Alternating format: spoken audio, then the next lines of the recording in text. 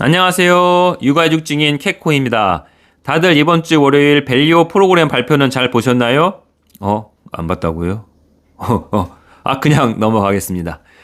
간단히 말해서 저평가된 주식의 가격을 올리겠다라는 정부의 방침인데 바로 옆 나라 일본의 니케이 지수가 날아가는 걸 어느 정도 배워서 한국 주가도 올려보겠다 그런 내용이죠.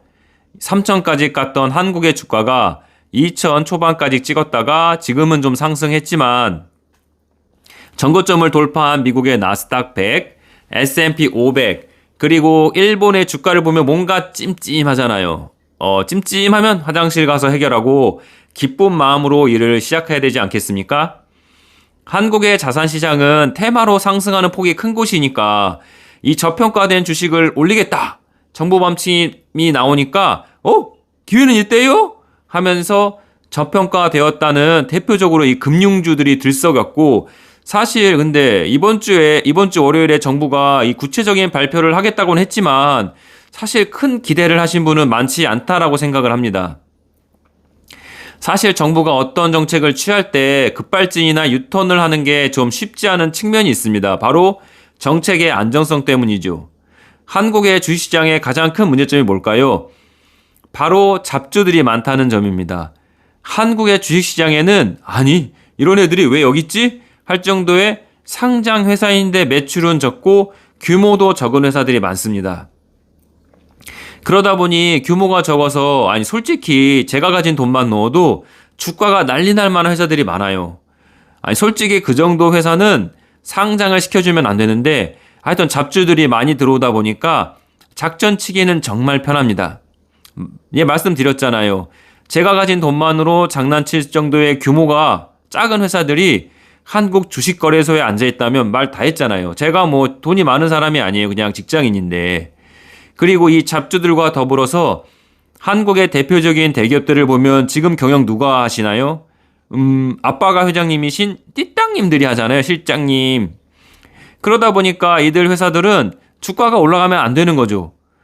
자기 자식이 회사를 이어받아야 되는데 이 주가가 오르면 예를 들어서 오늘은 10,000원이면 일주를 샀는데 내일이면 20,000원이야 일주를 산다. 그러면은 상속에 들어가는 비용이 증가하잖아요. 그러니까 이들 입장에서는 최대한 주가 상승을 억제하고 싶은 욕구를 참을 수가 없습니다. 그러니까 이런 잡주나 경영 문제가 걸린 대기업들은 최대한 유보금을 회사에 쌓아두다가 띠땅님에게 회사를 넘겨야 할 때 뜬금없이 배당을 주기 시작하는 경우도 종종 발생하는 것 같아요. 그 배당금은 우리 띠땅님의 경영권 승계를 위한 주식을 사거나 증여받은 주식에 세금을 낼 때 써야 되기 때문이죠. 근데 우리 같은 개미들은 이 주식을 살 때 정상적이라면은 두 가지를 고려해야 합니다. 첫 번째, 이 회사의 주식을 가지고 있으면 주가가 최소한 경제의 성장이나 국제 경기 흐름에 맞춰서 상승을 해주거나 두 번째, 내가 이 회사 주식을 가지고 있으면 보유하는 기간에는 배당금이 은행에 예금한 정도는 줘야 되지 않나 이자를 그런 정도 수준이 돼야 되는데 뭐라고요? 주가 떡상? 아니요. 그런 거 몇 번 하시다가 요단강 건너신 분들 이 가족 어른 중에 한두 분 계시지 않습니까? 그래서 우리나라 한국 어르신 가운 중에 보증을 서지 말라. 그리고 또 뭐가 있나요? 주식을 하지 말라가 있죠. 제 여동생 남편도 주식만큼은 하지 말라고 아주 제 동생한테 당부를 한다고 합니다. 제가 주식을 하는데 말이죠. 어쩐지 명절 때 주식 이야기만 하면 눈빛이 예사롭지가 않더라고요. 여튼 들어보니 대주주 입장에서는 주가 상승을 억제하고 배당금은 최대한 안 주다가 띠땅님 경영권 승계할 때나 줘야 하는데 우리 개미들 입장에서 주가 상승이 적고 배당금은 은행 예금에도 미치지 못하고 이러면은 완전히 된장찌개 같은 일이잖아요. 그러니까 미국 주가 폭발하는 그래프를 보다가 한국 주가 그래프를 보면 누가 그래프에 아스팔트 포장지를 했나 할 정도의 평탄한 구간들이 종종 보이니까 야야 가자 미국으로 이렇게 되는 거죠. 어제의 동학개미가 오늘은 서학개미가 되어 있는 거죠. 그러다 보니까 한국의 자산시장은 결국 최소한 물가 상승률과 경제 성장률을 반영하는 이 부동산 시장으로 자연스럽게 흘러가는 겁니다. 아니, 문제는 부동산은 덩치가 크다 보니까 개인이나 집안에서 그만큼 많은 빚을 져야 하고, 한국은 대표적으로 개인의 빚이 많은 국가가 되어버린 거죠. 아주 물 흐르듯이 이게 자연스러운 일인 겁니다. 근데 경제를 눈꼽만치 않은 저 같은 비전문가가 봐도 이건 아닌데 라는 생각이 들죠. 한국 하면 K-팝도 있지만 일론 머스크도 아니 한국 망했나요? 할 정도의 저출산 국가인데, 계산을 해보니까 몇십 년 뒤면 아파트가 사람보다 많아서 전 국민 1인 2주택 가지기 운동을 하던가, 아니면 미토콘드리아 마냥 잘라가지고 왼쪽은 이 집, 오른쪽은 저 집 거주하지 않는 이상 답이 보이지 않는 상황이 된 거죠. 하여튼 언제가 될지는 모르겠는데 집이 사람보다 너무 많네? 이런 상황에서 국가의 부는 보통 결국에는 기업과 개인들의 부인데, 국민들은 줄어드는데 부동산은 많다. 그럼 결국 남은 집들이 많아서 사용하지 않게 될 거고, 그럼 국민들의 부의 합은 줄고, 그럼 국가의 부도 감소하는 거잖아요. 그러면은 한국 망했네. 이런 코스로 자연스럽게 인도되는 겁니다. 망할 것 같으면 안 망하게 하는 게 정부나 결국 우리들의 역할이다 보니까, 답을 찾아보자 하니까 바로 태평양 건너서 미국이란 나라에 어렵지 않게 해답이 나오는 거죠. 아니, 저 친구들 보니까 자산이 부동산에도 있지만 주식 같은 금융자산도 많더라. 생각해보니까 이 이야기 몇십 년째 하는 건데, 지금은 꼬리에 불이 붙은 거고, 예전에는 이 불구경하다가 위기가 이제 현실로 다가온 거죠. 미국 주식시장은 우상향하니까 전체적인 자산 규모도 오르고, 그럼 한국도 금융 자산의 비중을 늘리면 되겠구나 라는 게 아주 정상적인 사고방식인 거죠. 우리야 미국 주식이 오르니까 미국으로 가자 하는 거지만 뒤에는 이러한 내용들이 숨어 있는 겁니다. 자, 부동산의 국민 자산의 80%가량이 몰려 있으니까 부동산 PF가 주기적으로 터지고, 국민들은 빚더미에 올라가고, 힘들어.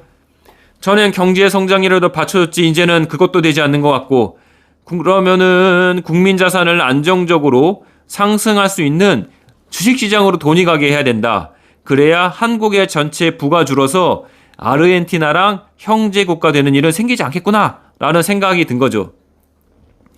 결국 한국 증시를 끌어올리는 작업이 필요하다는 합의점에 다 달았다면 그 방향으로 가는 게 맞는 거고, 그 첫 번째가 바로 밸류업 프로그램인 겁니다.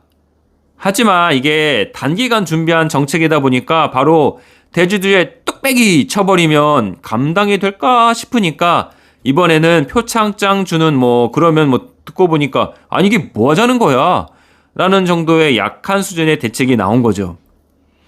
미래의 부동산 자산의 비중이 한국인 전체 자산에서 차지하는 비중에서 아마 의미 있게 하락할지, 이거는 무조건 확신할 수는 없죠. 제가 내일 헬스장 갈지도 100% 확신할 수가 없는 상황인데, 그럼에도 불구하고 인구 감소에 맞춰서 한국의 자산을 리밸런싱 할 때가 왔다는 거고, 이제 한국인들의 부동산에 대한 관심보다 이 주식시장에 대한 관심이 높아질 수 있다는 거죠. 과거에는 한국 정부의 서민 대책은 보통 장바구니라는 물가와 부동산이었지만, 이제 주식 관련된 정책도 친서민 정책이라는 타이틀을 달고 나올 그럴 날이 왔다는 겁니다. 다만 앞에서 말했듯이 잡주가 너무 많고, 이런 소기업들은 지배구조도 별로고 외국인의 투자도 거의 없는 상황이라, 우리끼리 농담 삼아서 가족 같은 회사일 가능성이 높기 때문에 이런 회사들이 한국 상장 시장에 있으면 우리나라 주가 상승에 먹칠할 가능성이 높다는 점도 앞으로 해소해야 될 문제인 겁니다. 보통 외국인 투자가 별로 없는 회사의 주식은 사지 말라란 말도 있잖아요. 다 이게 이러한 이유 때문이죠. 띠땅님의 경영 승계를 위해서 이 못할 짓이 없고, 규모도 작다 보니 사회적 관심도 높지 않기 때문에 이런 회사들은 주식시장에서 물을 흐리는 이 미꾸라지 같은 존재가 될 수밖에 없는 거죠. 저도 제 친구가 종종 이런 잡주, 동전주 들고 오면 아이 그런 거 왜 사라고 말을 하고 있는데 한국인들의 주식 마인드가 아직 떡상! 오늘 사서 내일 화성 갈 거니까! 를 원하다 보니까 이 잡주들의 인기가 사그러들지 않고 그 와중에 작전에 휘말려서 요단강 건너는 일도 잊을만 하면 생기는 거죠. 사실 우리 주식시장의 규모가 커지려면 IRP 같은 퇴직금을 잘 활용하는 방안이 필요합니다. 미국의 주가가 심심하면 신고가를 쓰는 건 이 미국의 인구는 줄지 않고 직장인들이 401K가 지원되는 직장을 구하면 그들이 주식시장에 투자하기 때문에 이 주식시장 투자금 총액이 증가하고 있는 영향도 무시할 수 없거든요. 대부분 IRP 계좌에 도대체 무슨 일이 있는 건지도 모르고 있더라고요. 한국 주식시장 부흥을 위해서 정부가 강제로 IRP 투자가 지금은 보통 어느 은행 정기 예금 같은 데로 들어가 있는데 아예 디폴트 값을 코덱스 200으로 하라는 특단의 조치를 내려야 할지도 모릅니다. 그러려면 조건은 한국 주식도 미국 주식시장과 같이 완전히 동일할 수는 없지만 우상향해야 된다는 거죠.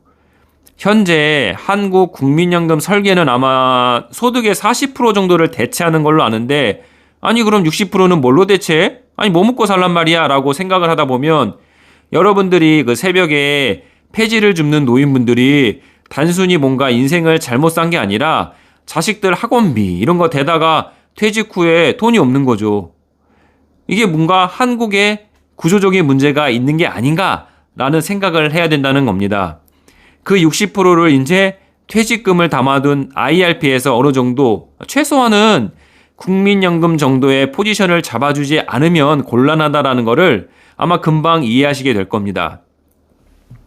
국민연금이 앞으로 노동자 감소로 그 규모가 축소될 경우 재원 감소도 불가피하니까 IRP의 중요성이 더 강조될 거고 그에 따른 후속 대책도 한번 머릿속에 그려볼 필요가 있는 거죠. 한국, 일본, 중국 모두 이러한 생각에 직면하게 될 거고 어떻게 하면 자국의 자금이 자국의 주식시장으로 최대한 많이 흘러들어오게 해서 고령화 국가임에도 국가의 부를 유지할지 고심하게 될 거라고 예상하고 있습니다.